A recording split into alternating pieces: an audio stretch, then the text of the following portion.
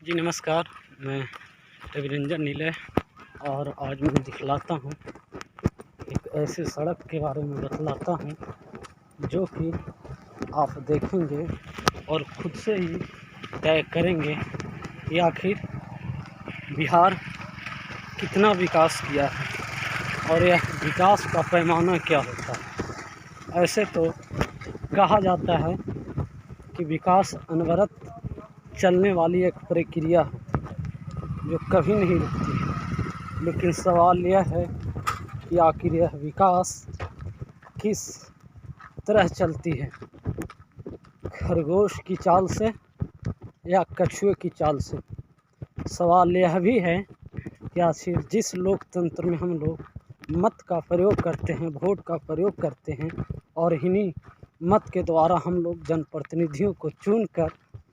चाहे वह पंचायत का चुनाव हो, चाहे विधानसभा का चुनाव हो या फिर भारत का प्रधानमंत्री का चुनाव करते हैं, इन सभी चुनावों में हम लोग कहीं ना कहीं अपने मत का प्रयोग करते हैं और इस मत के द्वारा अपने जनप्रतिनिधियों को चुनते हैं। क्या,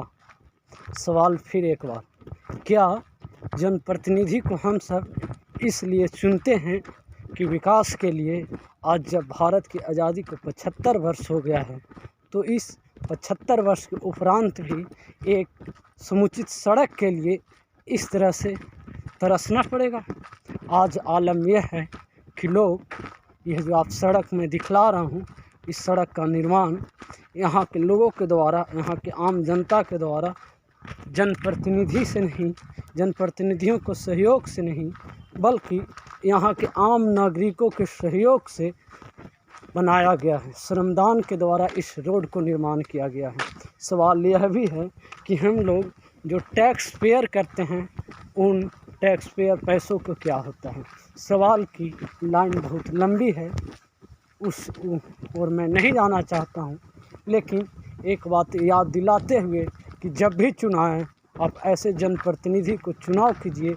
कि चुनाव होने के बाद, जीतने के बाद एक नज़र आपकी ओर भी बनाए रखें। ऐसे नहीं जीतने के बाद भी आपको अपने सहयोग से, श्रम से इस तरह का सड़क का निर्माण करना पड़े। धन्यवाद।